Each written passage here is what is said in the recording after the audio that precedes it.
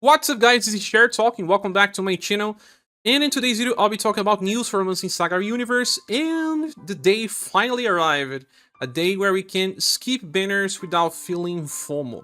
That's right, those banners are related to Halloween on May. That's because JP version celebrates on the right times and we have to celebrate later. Okay, the first banner has Selma, also Pale Nymph and Butcher. This banner here already have all the information. Let's go straight to Reddit again in a post by Hands43. Okay, Selma is the best character of the bunch, even though she's pretty simple. We have 190% endurance and wield. This is more than enough. 120% agility, very nice for a non-MRX character, and 131% dexterity, so she is a very strong damage dealer. Okay, Selma has hit-ups for every turn, increasing damage potential by 30%, max of 5 times. And then weak attack damage increases by 30. Total of 180% damage increase by turn 5 onwards. Well, she needs to land weak attacks. It's how she was designed, so she deals damage with pierce and blunt attacks. Besides, she decreases damage taken by 30% at all times. If it's skill-based, it decreases by another 40%, and if it resists, decreases by another 25%. A lot of different ways to decrease damage taken. And you can even trigger all three at the same time. Now, starts the fight with 14 BP to use her best skill, but also on turn 1 onwards, she recovers HP when attacking, and also when landing weak attacks will chase with the first skill, that is Deep Power, Pierce and Blunt Attack. Then on turn 2 onwards, when landing a weak attack, she would chase with her second skill that costs 8 BP normally, double S power, but before attacks apply defense down to the target, decreasing the defenses by 35%. The attack will feel stronger than it seems. It will also add a 1 BP recover when attacking. That will also happen on the third turn onwards, so every time she attacks, she recovers 2 BP. And then on turn 3 onwards, she would then chase with her third skill when landing weak attacks. That is, 4S power attack, piercing blunt before attacking, grants a blunt and pierce defense down to the enemy, 35% each volley, because the skill has both pierce and blunt, meaning that the enemy will receive a 75% defense down before you attack with a 4S power attack. That really increases the damage potential. It's the same thing that happens with Saruin's S3 as well. Okay, so when you consider that by turn 3, she has 3 different chases, all of her skills, that's actually pretty nice. You'll be using a command, and then you will cover a total of 8 BP. That's right, 2 BP by each attack, and then 3 by the end of a turn for a total of 11. She needs only 3 more to reach 14, meaning that it's super easy to actually use her skill number 3, and then keep using it every single turn. Well, she would chase as well with the same skill. You will never know the order of the chases, but if it's the second one, that will be great, because then you have 2 stacks of the pierce defense down and blunt defense down. When used as a chase, the volleys decrease a little to 30%, just like the defense down will decrease too. But in the scheme of things, this is already a lot of damage. Okay, this character here is skipable because we already have very strong blunt damage dealers or even pierce, but she has much less competition in the pierce department. For blunt, there is at least Leon and also Tatiana. The thing is, as an S-word user, she's the best one for damage right now. She doesn't give anything else to the party, she is all about herself, but sometimes we can slot one character like this. I believe she is the best of the banner, and I think she deserves a 4 out of 5. Moving on, we have Pale Nymph, and she's a debuffer, but with some problems. 90% endurance is okay, but 120% will is nice, 110% agility that could have been even higher, and 129% intelligence. Well, she decreases damage taken by 25% and then by another 30%. By the end of a turn, she recovers 3 BP and also recovers her HP by very small. And when attack lands, she recovers 1 BP, for a total of 7 BP per turn. She will also grant herself a defense boost, decreasing damage taken by 25% for 2 turns when attacking, so she can reach 2 stacks.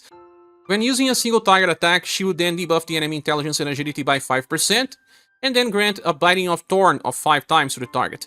This will apply a thorn effect in the enemy, where it can receive 5 debuffs after this.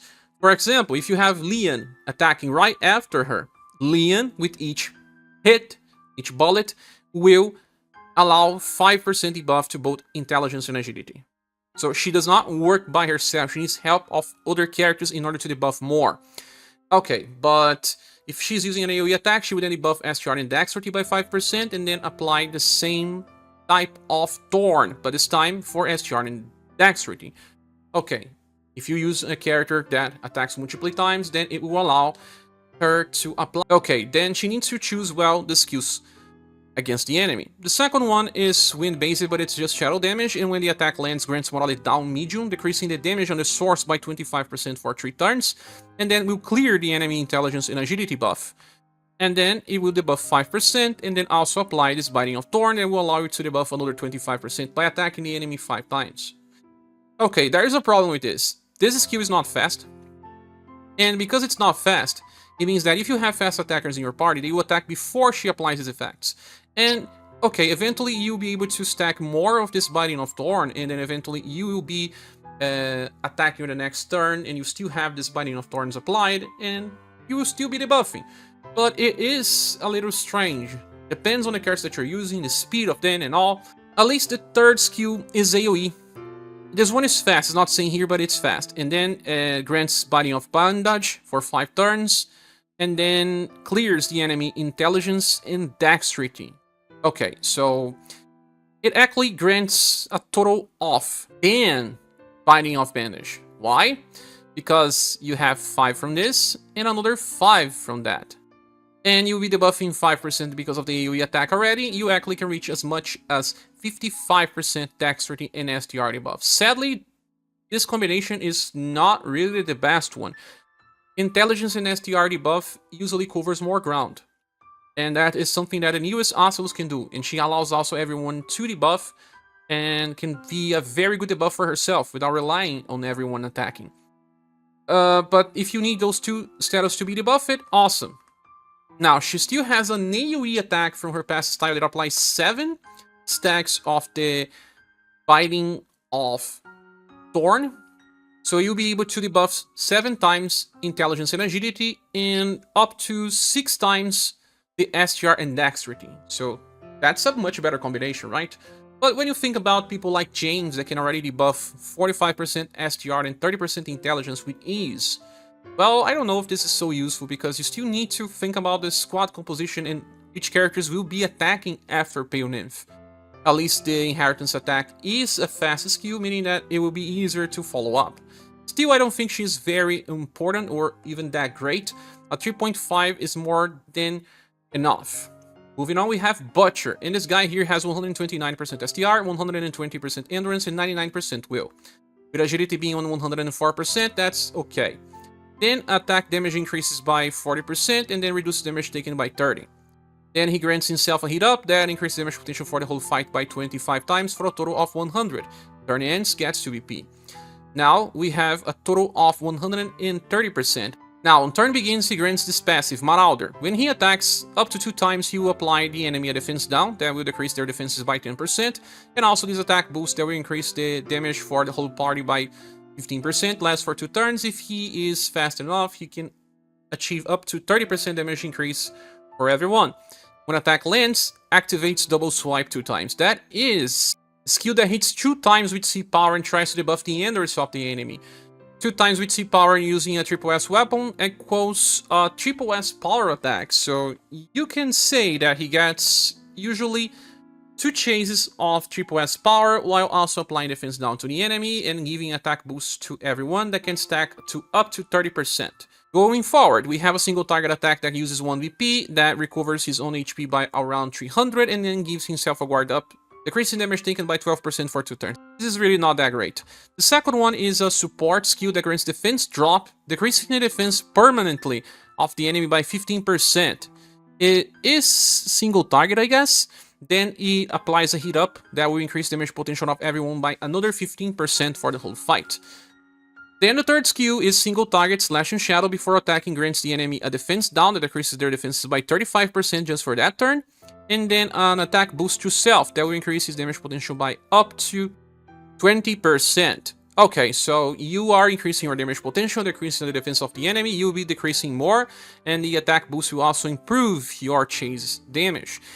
I don't think that this Butcher is a bad style at all. The way that he can attack 2 times via chases with a strong attack is nice, but the thing here is he does not give anything else to the party. Pure damage dealers are not that important for the future because we will get older damage dealers that also provide more to the party. And if you have Ellen, for example, she may rely on RNG, but she can also debuff. That may be more important.